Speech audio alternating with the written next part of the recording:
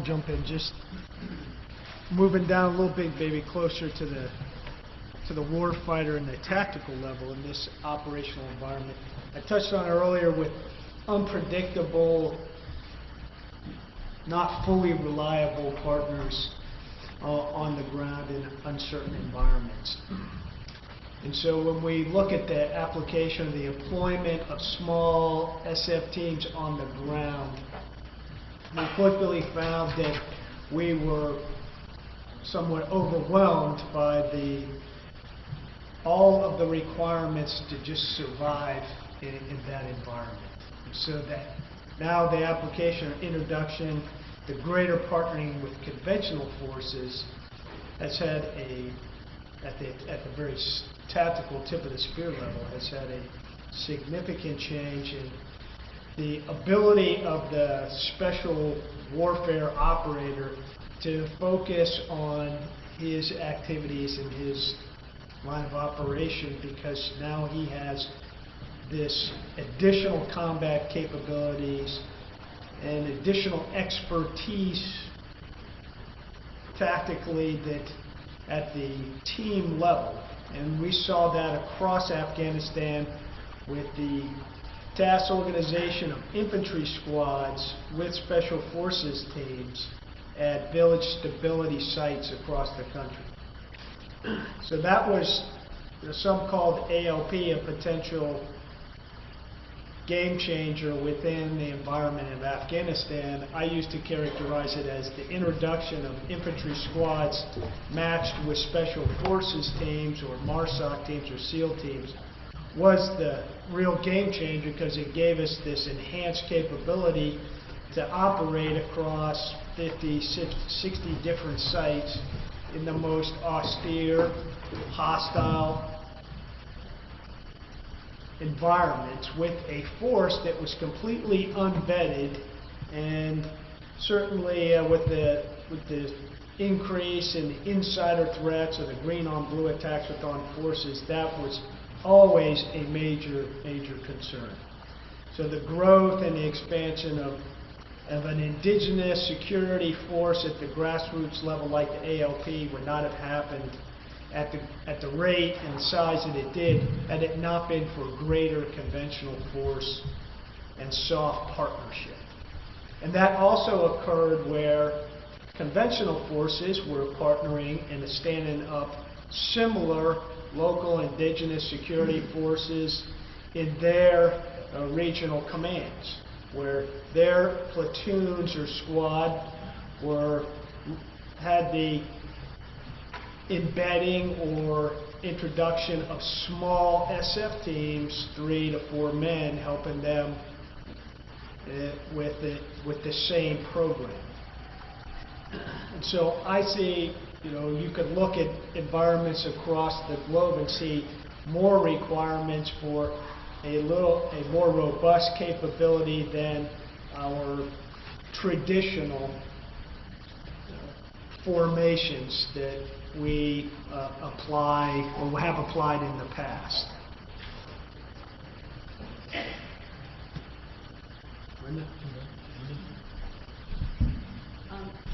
I think that a term that I began hearing while I was out in the field following this initiative was thickeners, and I'm sure that's non-doctrinal. But I think it's important to note, the first rung of the ladder, if you will, has been the enabler issue. SOF cannot operate without conventional force enablers. But I think this thickener issue, and pardon the word, I think it's probably not the right word, but I think those are the combinations of the future. I think we're using uplift. Oh dear, well. I'm not sure that's better. Yeah.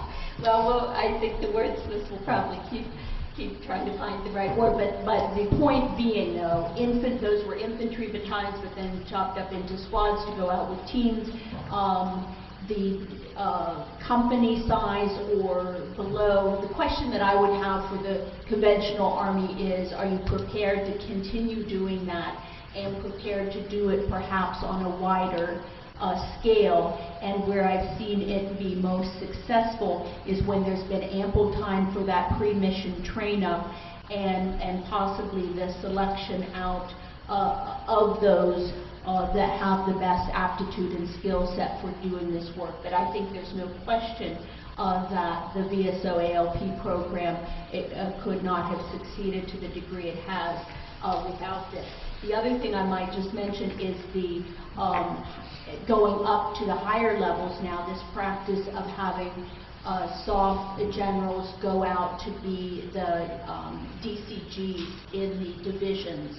I think that has been a very important step if the model is not to head toward the UK model where you have a free flow back and forth, but you maintain that separate identity. I don't think you get the level of understanding and familiarity of each other and each other's capabilities without that. And if you have some scenario in which you're going to put a SOF general in charge of a substantial blended effort, I think some kind of experience like that must be a requisite. Well, I just, one thing though, again, and this has been part of our challenge, is that, I mean, with the SOF community is very well represented from, you know, we have the Ranger Regiment, which does an absolutely magnificent job picking, you know, the world's best light infantrymen, bringing them into our force, and they've got a great track record on becoming division commanders, and, you know, certainly their pathway is ADC, if you will. And at last count, I think we had 36 general officers who have passed through, if you will, the Ranger Regiment keyhole, which it really is a testament to, you know, this whole SOF conventional force integration effort. What really, though, I think, Linda, you're referring to is, you know, we've had three special forces officers who, when they've been promoted to brigadier general, have actually been selected to go out and be ADCs, which is a departure. And again, I think it reflects the realities of the battlefield coming back, and is something certainly my intent is to work with the chief to hopefully continue that program. No, I would, you know, just referring to the chart with the green waves, and I think it's a good chart. What we were commenting on prior to coming in is that on the right side, where the conventional force core competency is shown, I mean, back to the operating environment, I think what we see, you know, when we start to describe this future environment, albeit the strategic one, is one which is very complex. And there is right now in our force this cadre, this cohort of officers and non-commissioned officers who have served where it's routine to work with special operations forces when deployed. Given the environment we expect in the future, given the experience of the force, I would contend that that's even going to be a little bit larger of a green area where special operations can contribute in the combined arms maneuver realm of what we're doing. I mean, we didn't talk about it yet, but as the Army has evolved over the past 10 years, and I know this from having done some work on force structure, you know, we've increased special operating forces as a relative portion of the Army, you know, to a considerable degree, for the right reasons. We've institutionalized certain portions of the force now as general purpose forces, that being civil affairs and military information support operations. Today in the division, across the Army, in the divisions and corps, there are CA and MESO staff officers that are providing advice to commanders. And the assignment of special operation officers with predominant special operations background, I am finding to be more common in operating units than it was before. So, you know, conflating the idea about the environment here and the why does it necessitate it? It necessitates it because it's complex and because we're going to have to operate in a more seamless way. I'm bullish, actually, in some of the things that we've taken on as an Army as we look out to the future in the Army 2020, as we described.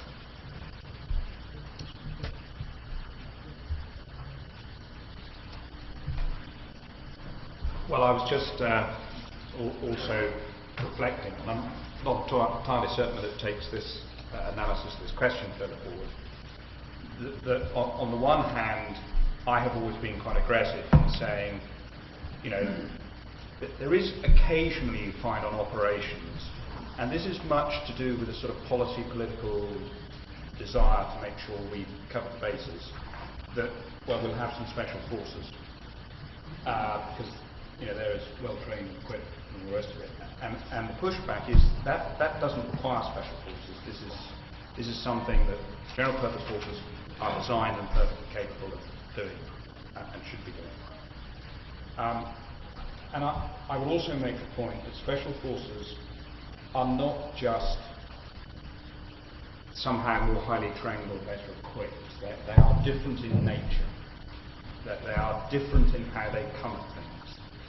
And if I have a concern, it's as the special forces sort of grow in size, that they don't somehow, that growth rob them of their unconventional approach and mindset. And that is, I think, one of the issues, which is about, how do we harmonise this? Well, in a sense, we don't, because they are by design different. And I think that's part of the mix that we have to keep.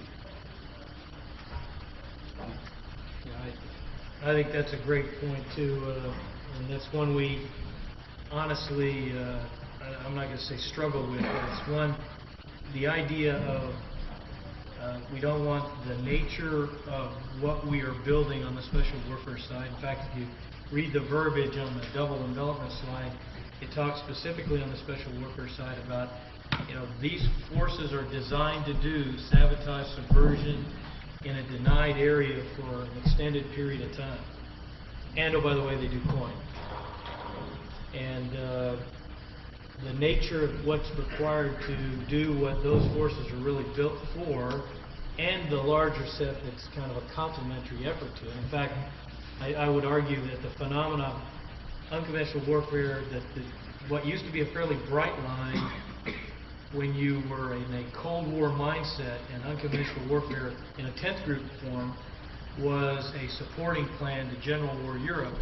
We're now finding ourselves in environments where that as a tool can be a companion effort to a coin effort, as an example. And so you're, in my view, I think we're in an environment, again, it's a little worn, but this era of persistent conflict requires you to really be in an era, we as well need to be in persistent operations mode, in one form or another. Now that, again, I don't need everybody walking out of here saying we're at war everywhere. But again, I think Benghazi, other things, it's just a dangerous world out there. And so all of us, conventional and we were talking about earlier, we're in an environment where really you almost need to write a campaign plan for shaping and a campaign plan for prevention. And we're comfortable with the idea of writing campaign plans for winning. But in my view, if you're truly going to prevent, you need to be as actively engaged in putting together lines of effort to shape and prevent. So maybe that's part of this new operating environment that we're in as well. What I would propose is, and the idea was to take I don't know, these never work out. Normally when you call a break, you will get half the people back in here after I call a break. But that's okay, because those half that don't want to be here, you ought to be able to get out. Those that might want to bring a friend or two in for the next session, that's fine too. The next session, we've got a couple of canned questions, one of which is a little provocative. What, and if there are any, what are limits to battle space ownership? What does that mean? I think that's generated enough SOF conventional force discussions over the years. It might be worth having some thoughts on that. But we will definitely get at, first and foremost, your questions. And at the break, I would ask you to go ahead and write your questions out, give them to the folks over on your left hand side of the room up there standing up, and then we'll take those on. So if we could, let's take a break until 20 after. Okay.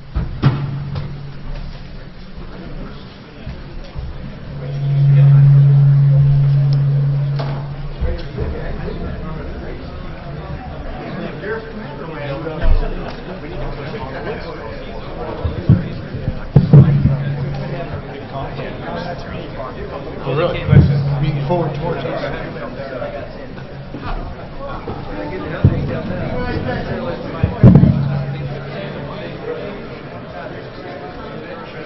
Yes.